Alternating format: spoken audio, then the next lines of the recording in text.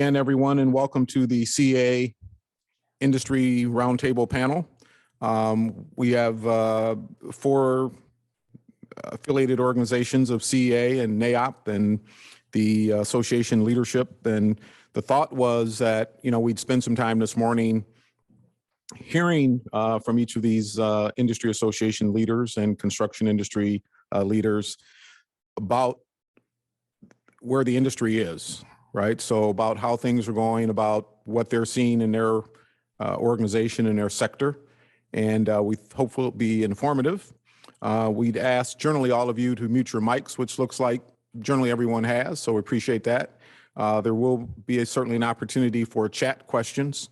So there's a chat function that most of you are familiar with, and you can enter those, and we'll take the time to ensure that we respond to those or ask those. So I'm Glenn Shoemate, the work for CEA, Construction Employers Association, also with ACE Mentor Cleveland, and wouldn't be remiss if I did not say ACE Cleveland. But glad everyone's here, and I think we have about 40 plus Zoom attendees this morning. And so we'll really get started with maybe some introductions and background perspective, and asked our panelists to kind of share some thoughts that they have in a couple different areas. But I'd start with an introduction of each of our panelists, and before they talk about themselves. Erin Ryan is here representing NAIOP, and she also works for Rycon Construction, another CEA member. Erin's been in the industry for about 25 years, active in a lot of different professional and civic organizations. She is the immediate past president of the NAIOP Northern Ohio chapter, currently is the vice chair of Strategic Initiative Committee, and in 2012 was recognized as the member of the year. She's also active with the Urban Land Institute, the Women in Manufacturing. She's the past Cleveland Engineering Society board chair and has chaired their design and construction conference. So I'd be curious, Erin, if you know if that conference is happening this year. She's also a member of ICSC. And so I was looking this up, Erin. I was trying to figure out, was it the International Council of Shopping Centers, or was it the Innovating, Commerce Serving Communities, the Sports Chiropractors, the Seismic Computing, the Catholic Stewards? Like, what is the ICSC? The International Council of Shopping Centers. Okay, all right. That's what I thought it was, but I wasn't sure. Mark Panzika is also here. Mark, on the end, I think you're right if you're looking at the screen. Mark's the Executive Vice President of Panzika, but is here today representing the Associated General Contractors, or AGC, Cleveland and Ohio. He's a former ACE Mentor board chair and former, I think, NAIOP board chair. And then there's Noya, I believe is how it's pronounced, Mark. Right. And prior to Mark joining Panzika, he worked for Power Construction for 5 years, and as a Boilermaker, not the one we think about in the industry, but a Purdue Boilermaker, graduate of Engineering Construction Management program there.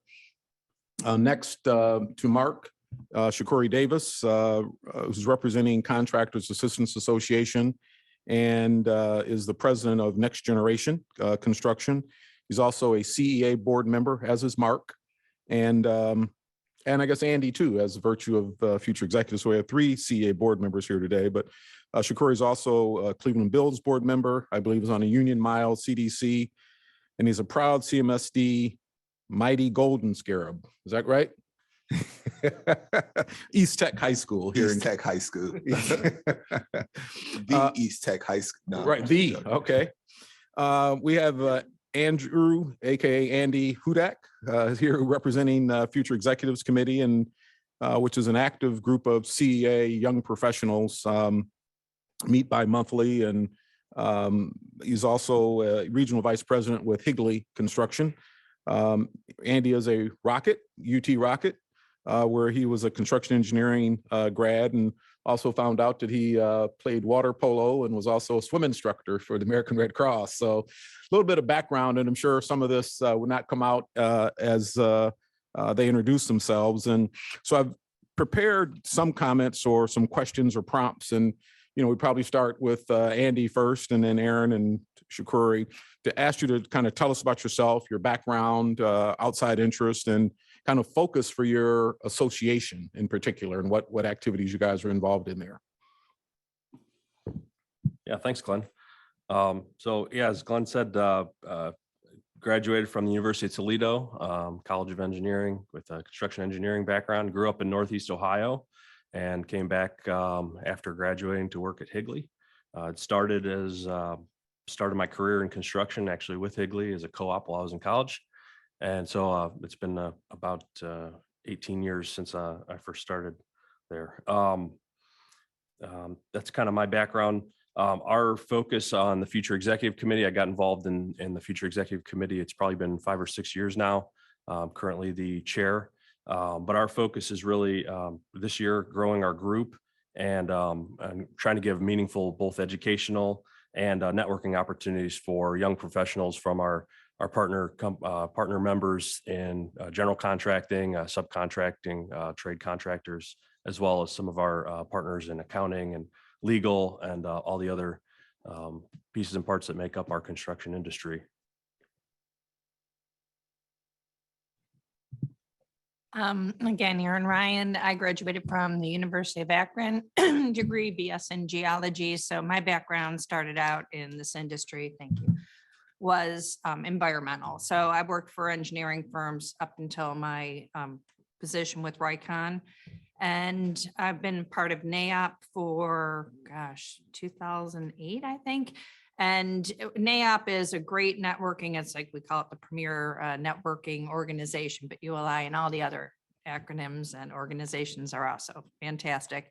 But we also advocate for real estate causes, like we support the historic tax credits, opportunity zones, transformational developments. And we have plenty of educational programs throughout the year. And we have all these different committees, and each committee is very strong. And we have a woman leader network that started probably 3 years ago, and it's growing and it's good.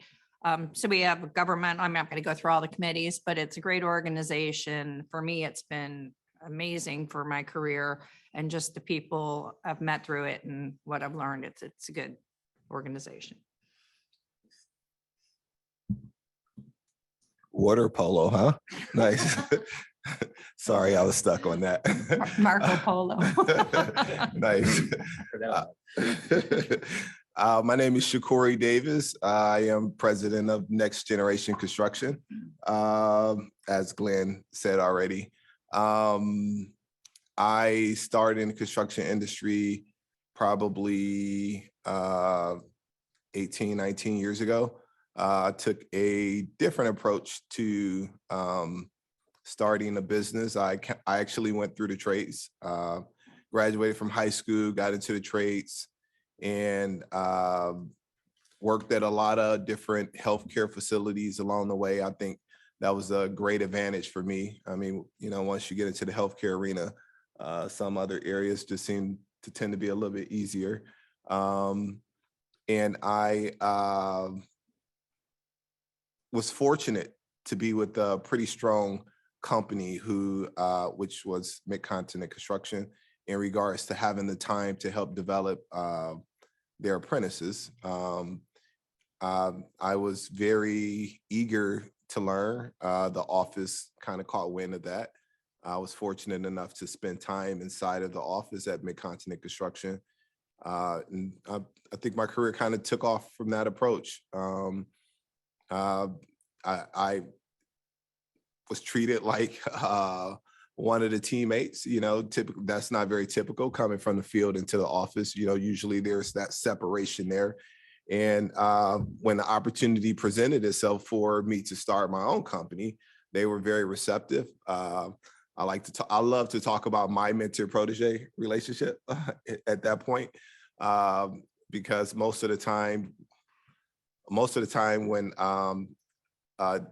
newer individuals are starting companies, there's a lot of resources needed, and a lot of those resources were actually provided at that point.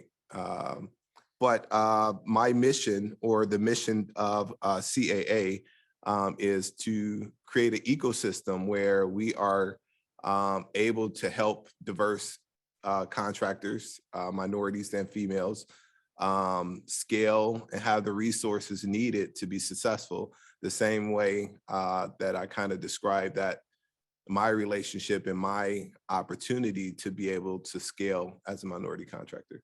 So. Morning, everybody. Mark Panzika. As I look across the table with my fellow panelists, I think I've served as a president, past chair, or actively involved in every one of these committees. So I'm in good company for sure.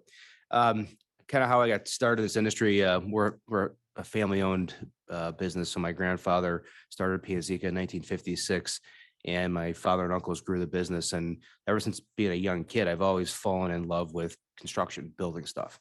I used to take rides with my grandfather on Saturdays, and we go to job sites and sweep up, and we'd have more dust in the air than anything else. And that was before anybody really knew about sweeping compound and everything else like that. But it really kind of fell in love with it and went to Purdue for engineering, and then kind of moved on from there. But I think one of the things that drove me to become actively involved in our industry, which is kind of the point of being involved with my representation of AGC here, is you don't get a choice to complain if you're not actively involved. And I think that's an important part that every one of us up here has taken a step to say, look, you know, we want to lead, we want to be a solution, not just sitting on the sidelines. Outside of my work environment, I do like to coach youth soccer. I've been doing that for about 10 years. And it's more about teaching the kids how to be better ball players, but also to teach them some life skills about discipline, how to work as a team, and really kind of teach yourself how to be a better person. And what you put into it is what you get out of it. And watching the kids grow year over year is a good satisfaction. AGC is a national organization that advocates for contractors on multiple different levels, legislatively, safety, workforce development, and a number of others. And Ohio has a chapter that is comprised of 7 different divisions between Cleveland, Toledo, Columbus, Cincinnati, Dayton, and Youngstown. And those different divisions within the chapter really kind of come together and advocate for the contractors across the state. We have a much bigger opportunity to have a voice with more than there are than us as individuals in a few. And I would say the primary focus is workforce development, and also working with the state and OFCC on contracts and how we integrate with the public body. So that's kind of a little about how AGC functions. I'm a past president. I think I'm 3 or 4 years ago, but stay actively involved because it's a way that we can have a voice. Well, we thank each of you for your background and perspective. And I want to maybe toss it back to see if Andy or Aaron or Shakur, anything else that's prompted from the other introductions that you guys wanted to add about either your association or yourself at this point. So a little bit about the association. So CAA has grown tremendously over the years. We are constantly, creating new ideas, new plans, new visions in order to kind of adapt with the times. I think that we're in a very unique space right now with even some of the contractors who are here up on the panel with us today. I think Northeast Ohio in general has the ability to continue to do something that the rest of the country really don't have the ability. Well, they might have the ability to do, but aren't implementing right now. The conversations are being had by minority companies, majority companies, and also even political leaders. And I believe a lot of that is going to start being activated. And I'm sure Glenn will get to a lot of those different questions. But just wanted to throw that in there as well about CAA. Okay, with NAP, we have 3 chapters in Ohio, the Central, and then the Cincinnati area.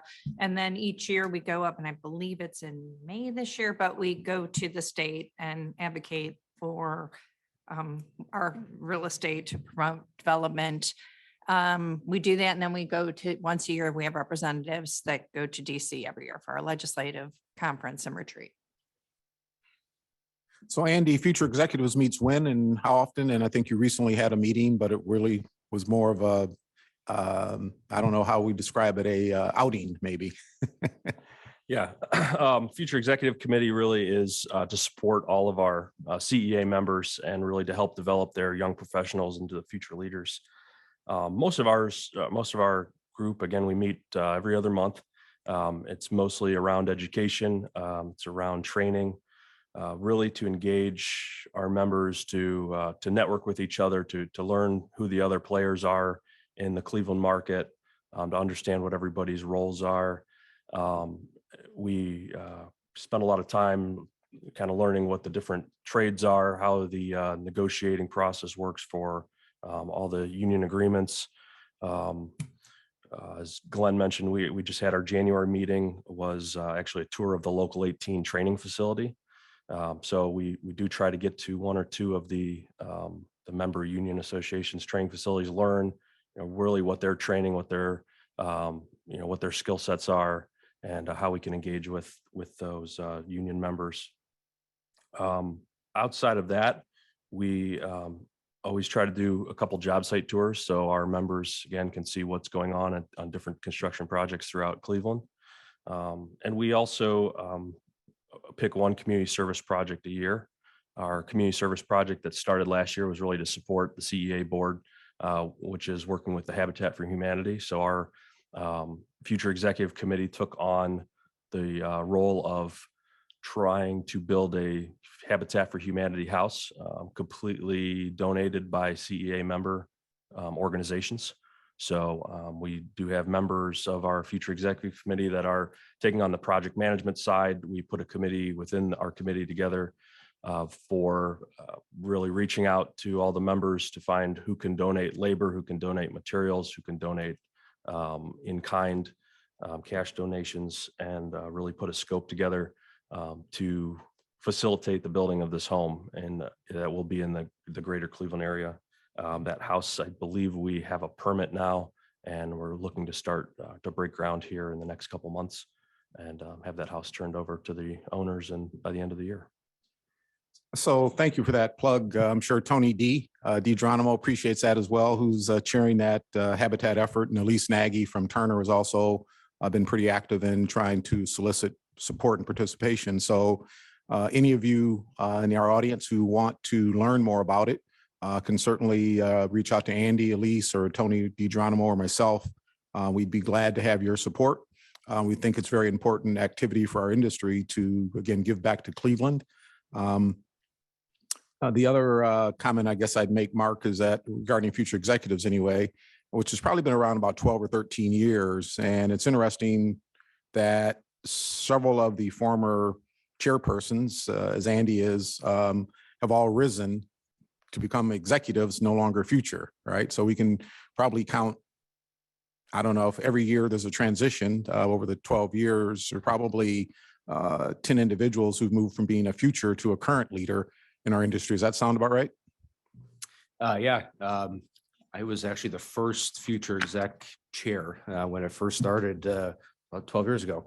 And I want to say the other chairpersons that have kind of gone through the seats include Trevor Cost, Brian Excel. There's a whole host of people that I'm drawing blanks on names right now, but yeah, everyone's kind of gotten a chance to, I guess, get the experience of leading the group and really kind of harnessing in on what a young professional really wants to kind of see and grow with, and then be able to take those skills, and as you get more opportunities in your career, applying those. And it really has helped, I think, a lot of our industry kind of grow and be in positions to lead at the next level, whether it be on a board level or within your company. So I want to ask each of you maybe for focus areas, priorities for 2022 for each of your associations, be it a strategic plan initiative or, any new considerations that you think would be good for the industry and our audience today to know about, get engaged in. So I think, Aaron, we're going to start with you from a NAOP standpoint. Anything for 22 that you think is important that you share with the audience today, or important that NAOP is trying to address in 2022? Well, and it's ongoing. We're always trying to address diversity. And that's why we have the WLN, and we have the developing leaders programs that are in the planning. We have the awards that's coming up, and each year we try to enhance that program. We have one that's August 15th tentatively, but we'll have the chair of NAOP for nationally, and with Agali Suarez, who is he's the chair of governmental for the national one. So that's a tentative date. We're finalizing details for that.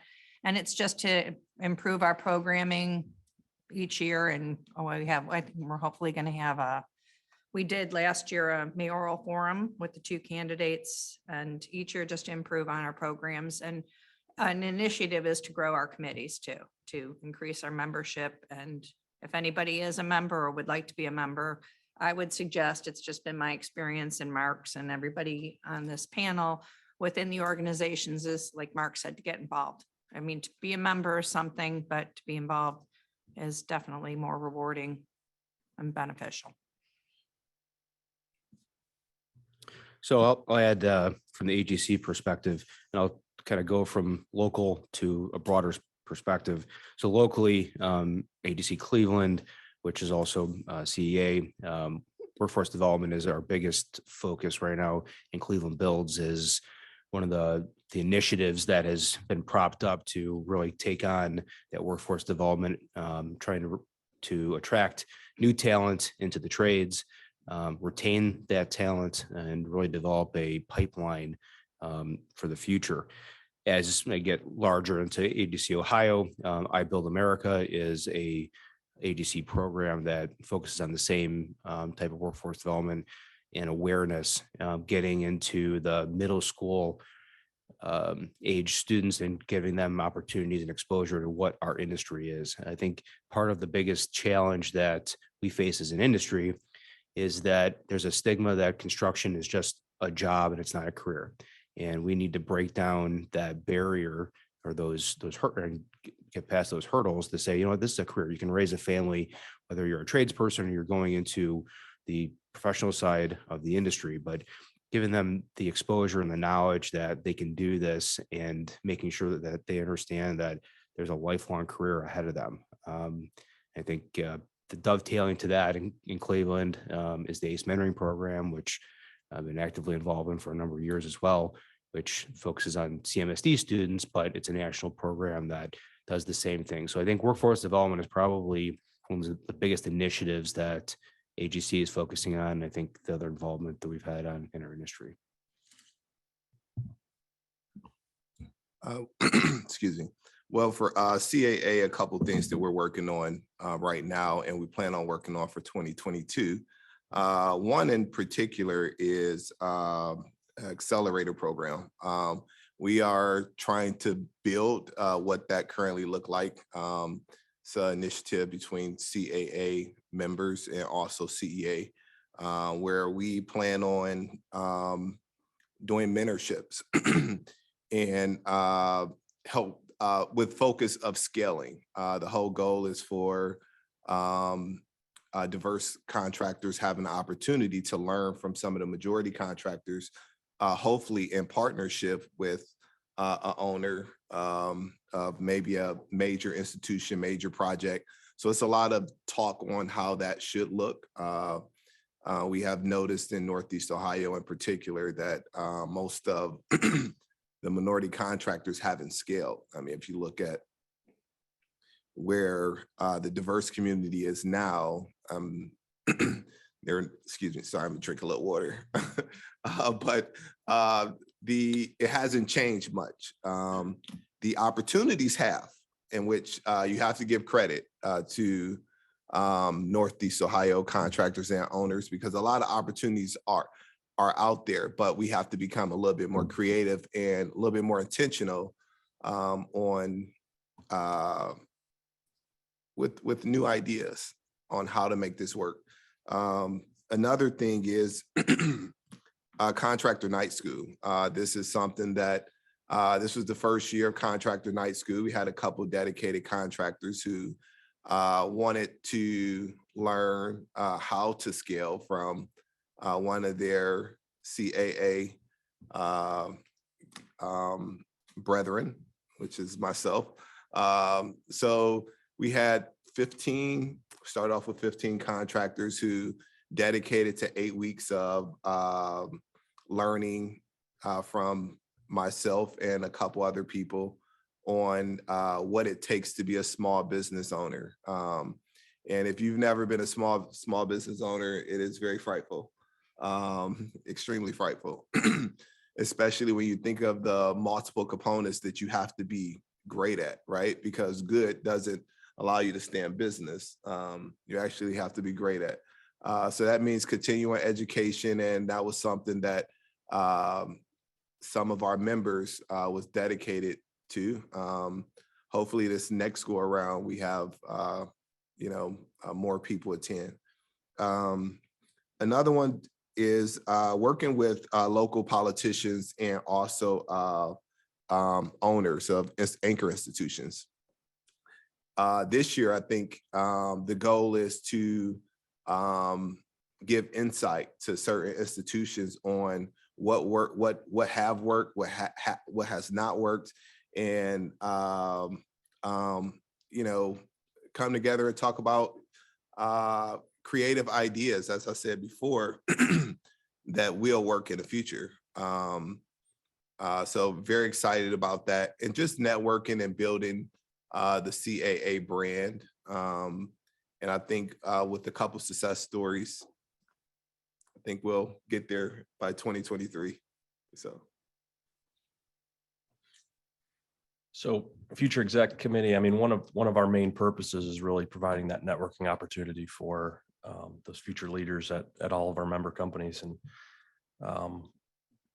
for a networking group, one of the big hits that the last 2 years have had is everything has gone from in-person to virtual, and it's not very easy to network and meet all the other industry future leaders when you're doing a Zoom call every other month. So one of our big pushes, we moved back to in-person meetings probably the second half of last year. And, we've had limited attendance. Still a lot of people. We're opening it up to virtual and in-person, but trying to make a bigger push in this year to try to get everybody back in person, really so we can achieve that goal of really true networking, of getting everybody face to face with all the other, again, industry future leaders, all the general contractors, the trade contractors, the other affiliate members that are part of our group, so that everybody can do that.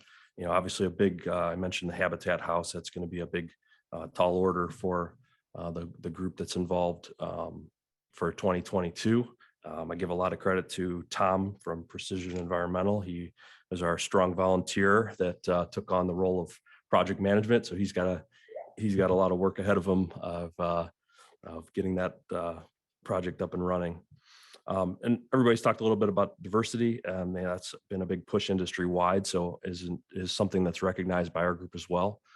One of the areas we're trying to do more education on is working with the city on understanding their community benefits program, which has been really a big push over the last several years, especially on the larger projects. And there's several of them going on or coming up in the city. So understanding not only for, again, the general contractors and construction managers that maybe deal with that more directly with the city, but also, the subcontracting community that is going to bid scopes of work to those general contractors, really so that they can understand what goes into those community benefits and why they're important to the overall project.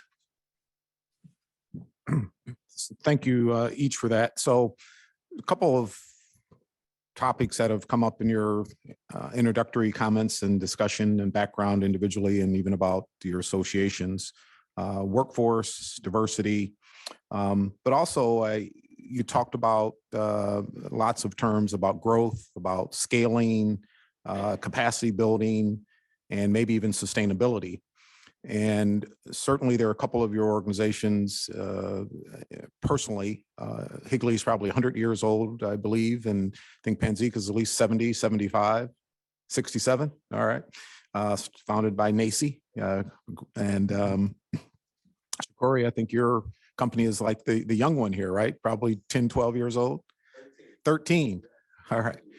So what would you suggest or say about sustainability, about growth, about scaling from a business standpoint for our industry? I mean, what insights, tips, suggestions might there be that the industry should consider? And Shakuri, certainly you talked about growing diverse and small businesses, and Aaron, you talked about from a gender and a women's perspective, the importance of things you're doing both at NAOP or ULI and some of the other organizations, and certainly know that Higley has mentored and partnered with, as has Panzika, to try to not only grow your own companies, but to also support subcontractors, female as well as diverse companies. So love to hear thoughts and insights about that from each of you.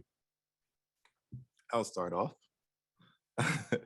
So I don't really, especially since I do business with both of these guys over here, right? And it's very rare, being a diverse contractor with all the pre-approval processes and things of that sort. So you really can't talk about scale or what you're doing or growth, because especially when there's leaders in the room, right? you mark one thing, your form, but it's scaling is a challenge. I've been in business for 13 years. This year, I will probably do about $30 million in business. And I mean, these guys, I've been around these guys since I've been in business, since I've started. It's definitely, it's a challenge. It takes continuous education, I think, first and foremost. I think that's something that actually gets lost when you think about scaling. It takes a strong ecosystem, right? It takes somebody to kind of validate the new guy, because there's, certain areas that, you might not have insight on or input is needed from a mentor or somebody who's experienced it or done those type of activities. And once again, starting off, I was fortunate to have, somebody to validate, hey, yeah, he's good, right? Something that's simple of give them an opportunity. And, next thing you know, you got a credit line over here. So it's not something that you can do by yourself. And I think that's what's really lost here and in other places, right? Is, that lace up your bootstraps and get out there and give it the 0-1-2. No, it doesn't work. It hasn't been successful. It takes communication. It takes a village. It takes everybody to start talking. And it wouldn't be right if I didn't say, it takes dedication from that small business owner as well. Most of the work has to be done from that small business owner. And I think a lot of times we look outside of ourselves for certain resources and skills that we should bring to the table. But I think the biggest challenge is money. I think it's the banking. I think it's the larger companies not getting creative enough I'm sorry, I had to look at you guys. Not you guys. Let me look on the screen too. I see a lot of you guys up there too, right? A couple of creative. I mean, at the end of the day, if you don't have every area checked, you can't be successful. You can't be strong in 1 and 2 and not be strong in area 3 and think that you're going to get to step 4. It's impossible. So that's why I continue to throw out that ecosystem out there, right? What can we do in a whole to really make this scaling opportunity for the diverse community a little bit more real, and not just for the diverse community, for any small business owner out there, right? You have to have all the boxes checked until this year, right? Y'all know I get going sometimes, so I'm gonna stop. Good. I'm on fire now, right? Well, but until this year, I've been in business for 13 years. Until this year, until this year, I've never had a strong banking relationship. And that's appalling, right? And I can't say that it was all me. That's just the area that I think in general can be overlooked by, one, our industry is hard. It's very volatile, so money is always a challenge in that area, but the banking industry has to get better. I mean, of course, I would like these large companies to be the bank, right? But unfortunately, and they would like the owner to be the bank, right? So, but some way, somehow, we have to get better with the dollars. We have to get better with the banks. But without having, every box checked, scaling is going to be impossible. Andy, thoughts, comments? Thanks for putting us on the spot there, Shaq. Shakori mentioned kind of the big CMs need to get creative, and I think it's true. I mean, to make companies like Next Generation give opportunities to grow, we do have to get creative. Sometimes, we are looking at projects and maybe we get set in our ways of how we contract and how we buy and, packaging things. And sometimes, to a small company that's just getting started, they don't have the credit line. They can't carry a 30 or a 60 or more, payment terms from the time their pay app goes to us to the time it gets paid. And, we have to look to make exceptions. I think back to when we first worked on Eaton together, and we were the CM on the Eaton headquarters, and Shakori, you were probably 2 or 3 years into business at that time. And One. Yeah. Okay. And, Shaq had the contract to install every single door in that facility and, knocked it out of the park. So, but it was, it was a learning curve, and that's something that, is not always something we would break out, but felt there was an opportunity there, and kind of took a risk with Shaq, and he took a risk with us that we were going to be there with him. And, it does work out. So finding those ways to bring partners together, and certainly over the years, we've continued to have a good relationship with Shakori, and continuing on to some mentoring partnerships today. At our level, it's probably a little bit different of growth and scale. We're looking to do probably about 300 million this year. And, we've gone from probably 10 years ago, we were one office in one state. And today we have 4 offices in 3 states, and currently doing work in 6 states. So, we've found growth opportunity through expansion. And part of that is trying to find opportunities for our employees to grow with us. We don't want to create a ceiling. And we've found success in being able to give more opportunities by having a larger geographic region. So I guess being a multi-generational company, I think that's one thing that I want to give a lot of credit to Shaq. Because I think back to what the stories from hearing from my grandfather and what it took for him to get started is exactly what Shaq's talking about now. It takes grit, it takes dedication, it takes that hunger to really want to go out there and do what you love every day, even though there's a lot of roadblocks to get put up in front of you, because it's not a diversity thing. It's a small business thing. Shaq hit the nail on the head.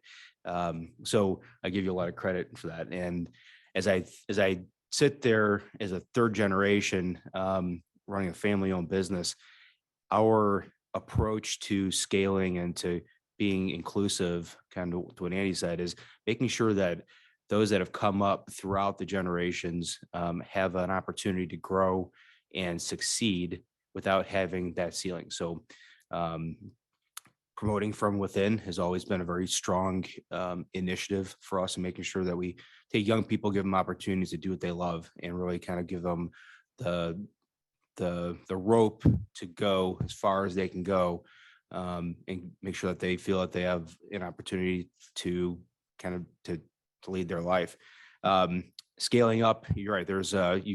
We're kind of in that same position where you got to start growing outside of your backyard, and hitting different regions within your to kind of take the next scale up, and that takes a lot of work. It's not easy to be the new guy in town, especially when you're trying to, even though you've been successful in your own backyard, going somewhere else, you're starting all over again. So that takes a little bit more dedication, a little bit more grit to try and break through those barriers that you're starting off as for the first time. So I think our approach is really making sure that we have opportunities for other people to kind of rise up. And I think the last thing is we really try to maintain that family culture that we've started with back when my grandfather started and my father and uncle kind of took and grew, is that don't change your culture. Don't change who you are, because that's what makes you successful. If you start to lose that, then you've kind of lost part of your identity. And it's a very important part for me, is to making sure that we maintain that culture and people want to be there. They want to really feel like they're part of the family. So Aaron, we've had discussion earlier about challenges with workforce and finding talent and maintaining talent. And yet you've been a person in the industry and various organizations for, quarter of a century, maybe. How does one, what advice, suggestions, strategies would you share in terms of sustainability and growth as a worker within the industry? Definitely the organizations getting involved within your organization, whatever company you're like with Rycon. I mean, just getting to know, like Mark just said, the culture, it's huge. I mean, it's where you want to go every day. It is like a family culture. As far as the industry, me being part of, I mean, so many different, like NAOP for sure, that's been the longest one. ULI, I've been in Cleveland. I'm not going to go through the whole list, but I think that's critical. And again, not to only just join it, but to be on committees, be part of it, because you can make changes and you see different changes. Like I was in Women in Manufacturing, one of the founding members of that board. And I mean, we just plus you learn so much. I mean, the tours that we did, the different companies that you meet with, I would say from a career standpoint, these organizations are phenomenal. Like I met you and we had a follow-up meeting at your office. I mean, if you're not attending, and to your point with the Zoom, it's awful. Like it just needs to go away. It's not the same. And then I did fail to mention, I'm just going to digress for one moment. We do have on our board, Dave Robar and Don O'Brien. We have a whole position that's dedicated to ACE.